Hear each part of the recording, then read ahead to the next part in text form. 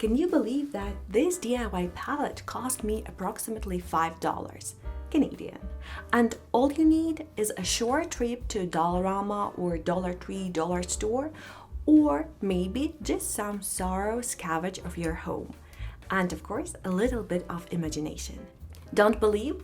Welcome to theArtup, a place where we enjoy beautiful things, not just in beauty, but in life. Today, we are going to make something really beautiful. Don't believe? Keep watching. Before we start, I would like to say thank you to all of your comments and recommendations that you left under my previous video. I enjoyed so much chatting with you and replying to all of your questions. Once again, thank you, and now let's get started for real. First of all, you will need any kind of a tin box. I have a card holder from my local Dollarama store. You can pick the one from the Dollarama or any dollar store, or maybe you have a box from Candies or something of the similar shape. Just make sure that it's not very deep. This is actually not what we need. The second thing you might need is a magnetic strip. Again, you can get it from your local Dollarama store, or I think some in Staples. I got several strips like this in my local Dollarama store, and it also has an adhesive at the end, so you will actually do not need even to use glue. I personally prefer to use glue gun in order to make sure that everything sticks to its place. So, step 1, stick your magnetic strip to the bottom of your tin box. That's the box I have. I used a little bit of rubbing alcohol to degrease. I start to lay out the magnetic strips following the chessboard pattern. To make sure they stick firmly, I used a glue gun.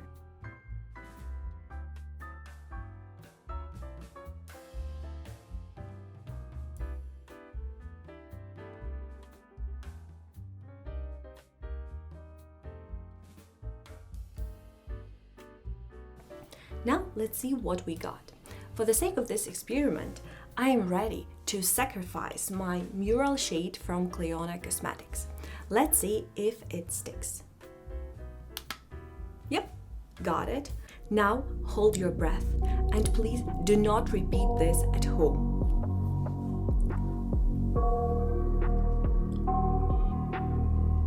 It works! It actually works!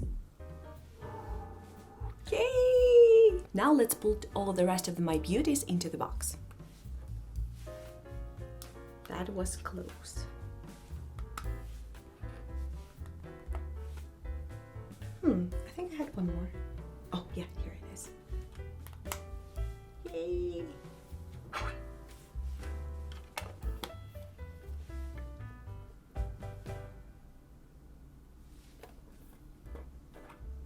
Yep.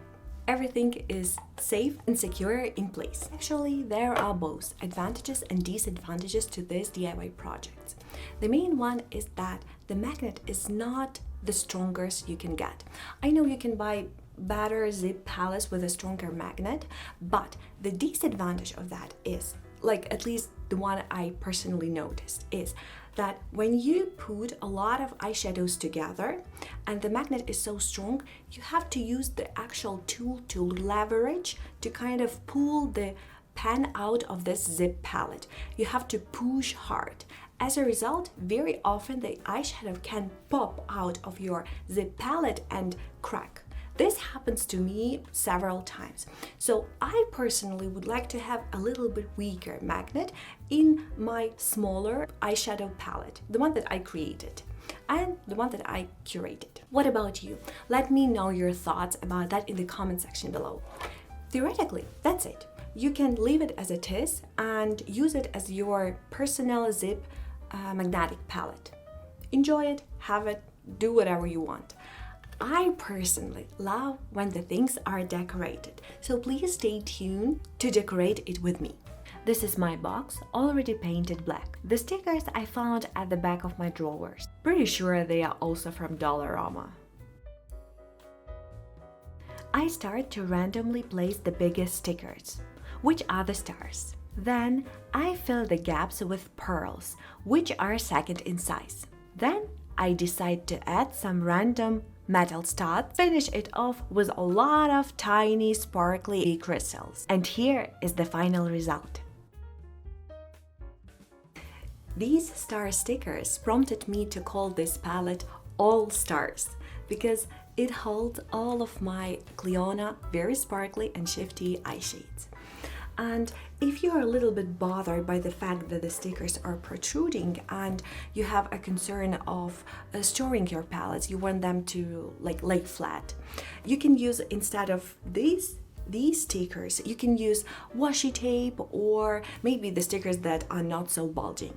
If you have any questions about this DIY, please let me know in the comment section below.